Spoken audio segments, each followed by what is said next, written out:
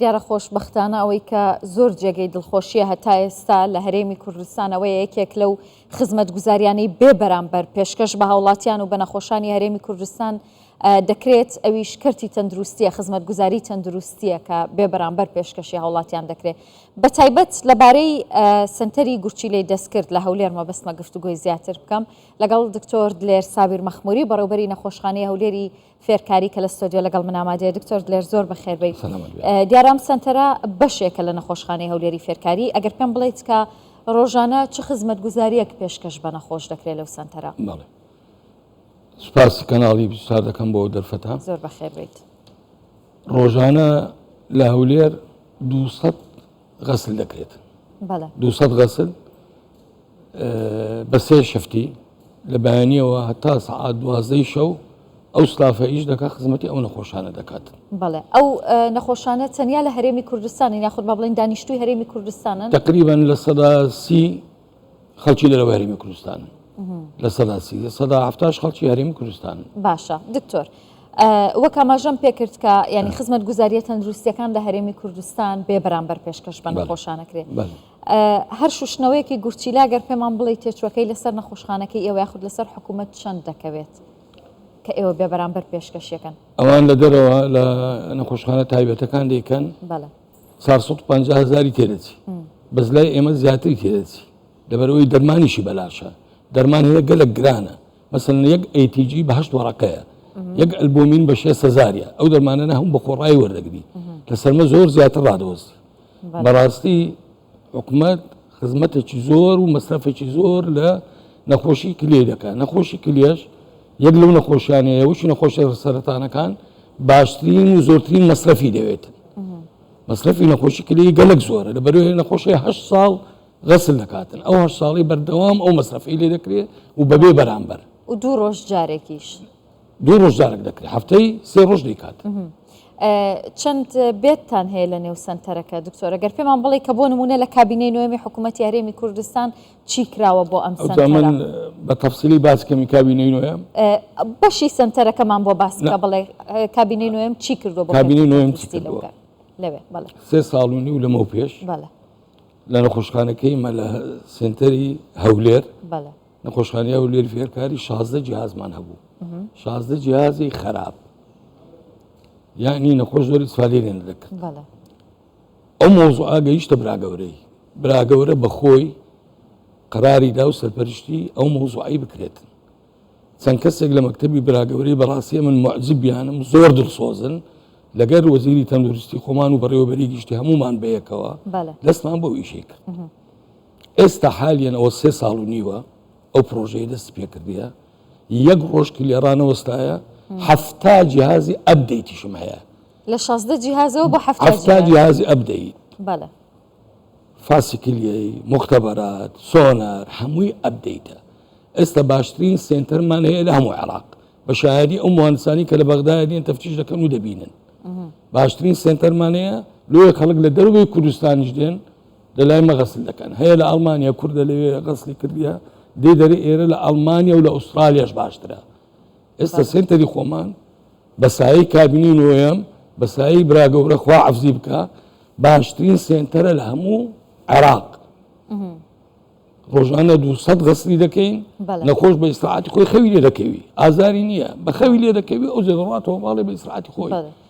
چی پێویستە دکتۆر بۆەوەی کە نەخۆشێک کە گورچیلەکانی ڕاوەستاوە بێت لە سنتەرەکەی ئێوە خۆی تۆمارکات و ئیتر لەوێ چارەسەر وەربگرێت؟ ئەمە 2 قسممان هەیە لە کلیەی. قسمێک جەدوەلی هەیە کلێکەی وەستاوە شەفتمان بۆ داناون ڕۆژی 4 شەفت ئیش دەکە لە 7:30 بەیانی هەتا 12 شەو. ئەوە ئەوانەیە گورچیلەیان ڕاوەستایە غەسلیان بۆ دەکرێت.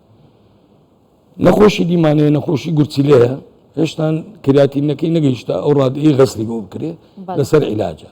ئەو بە 6مان هەیە تقریباً 40 بێتمان هەیە ئەو نەخۆشانە لەوێ دەخەون. 2 کلۆرە بەڕێزەکان ڕۆژانە عیلاجیان دەکەن هەتا پێویستی بە داخل بوونی داخلی دەکەن، ئەگەر نەدەینێرنەوە ماڵەوە عیلاجی کاملی دەدەین. زۆر باشە دکتۆر. ئەم سنتەرە لە نێو سنتەری پارێزگای هەولێر هەیە و لە ئیدارەی سەربەخۆی سۆرانیش هەیە. حکوومەتی هەرێمی کوردستان لەم کابینەیەدا بڕیاری داوە کە بۆ چۆمانیش دابینی بکات. لەکوێی تر نیازتان هەیە کەم سنتەرە بکەنەوە؟ بەتەمایە ئەو جارە ئینشاءڵڵا لە کۆی سنجاق لە شەقڵاوە لە بلێ لە خەبات و لە چۆمان چکم ئێستا حالیان وە 25 جیهازمان لە ئیبراهیم خەلیلە ئەبدەیت جیهاز ئەبدەیتی عالەمی ئەو جیهازانە بۆ کوێ بن ئەو جیهازانە تۆزیا دەکەین لەسەر ئەو بنکانە چەند بەشی کرد ئەوتر لە خوتۆی دادێ باشە هیچ ئامادەکاریەکتان کردو بۆ ئەو پێنج شوێنەی کە ئاماژەت پێکرد بۆی کە سنتەرەکانی تێدا بکەنەوە ئامادەکاری میمەوە جیهازەکەم بگاتە جێ کە گەیشتە جێویتر ئاسانە خلالی 2 ڕۆژ هەموو تاوا دەبیتن زۆر باشە دکتۆر ئەگەر پێم بڵێیت کە ئێستا نەخۆشێک ئەگەر بێتە نێو نەخۆشخانەکەی ئێوە لە سنتەری فێرکاری چەند کاتی پێویستە تاوەکو شوشتنەوەی گورچیلەکانی بۆ ئەنجام بدرێ ئەوانە شەفکیان هەیە جیهاز حازرە هەر کەس جێ خۆی پێدەزانی دەستە سەر جیهازەکەی کارمەندی تایبەتمان هەیە جیهازەکانی بۆ ڕێکدێکی دەست بە ئیش دەکات بێگومان بەکردنەوەی ئەو پێنج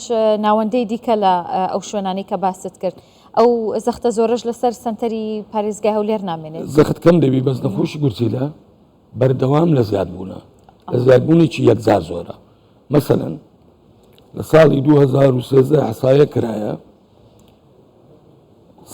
هۆی هۆکاری مردن بە نەخۆشی گورچیلە 17 بووە لە 2019 بوویتە 8 لە 2024 دەبتە چارەمین سەبەب لۆ لەبەر کەمی جوڵەی دنیاە هەمووی هەموو بووتە ئینتەرنێت و وەسایارە و هاتوچۆنیە زەخت و سوکەری زۆر زیادی کردیە یەک لە 8 عالەم سوکەریتی ئەوانش سەبەبن بۆ ئەوەی نەخۆشیەکەی لێ زیاد بکە ئەمەش خۆمان ئامادە کردیە بۆ شتێ چۆن خۆمان ئامادە کردیە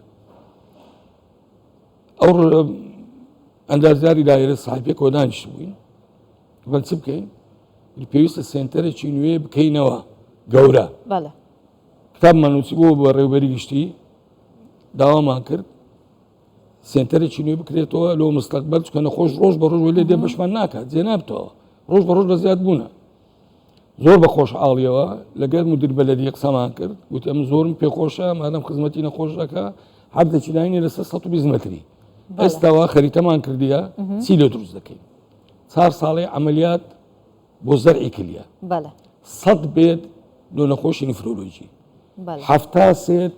70 جیهاز بەس دۆسێتی شوشتن لەگەر چاودێری چڕ لەگەر شوێنی تایبەت بۆ ئەوانەی کە زەرعی کلەی دەکەن نەخۆشەکانێکی کاملە و ئینشاءالله هەرتا ئەمە ئێستا 3 ساڵ عەقدمان کردووە بە 8 ملیۆن دۆلار ئاواقدا ئینشاءالله کە هیچ کەس پێویستی پێ نەبێت بەڵام کەی سنتەرەکە تاو دەبێت ئەو سنتەری باس ئێستا حالیە خەریتەکەی وە لای مهندسەکانە 20 ڕۆژە لایەنە ئەوانی گوتیان مانگێکی پێ دەچی هەرتاوە بیاتە ئەو 3 ساڵی ئەمە ئەو تێندەرەمان ئەو 8 ملیۆن دۆلاریە تەواو دەبیتن ئەوش تاوا دەبی ئینشاءالله وە ناکەین کەس پێویستی پێ غەسڵکردنی بوویتە سری لێ بکە ئینشاءالله زۆر باشە دەستان خۆش بێ دکتۆر دلێر سابیر مەخموری بەڕێوەبەری نەخۆشخانەی هەولێری فێرکاری زۆر بەخێر بێ دەست خۆش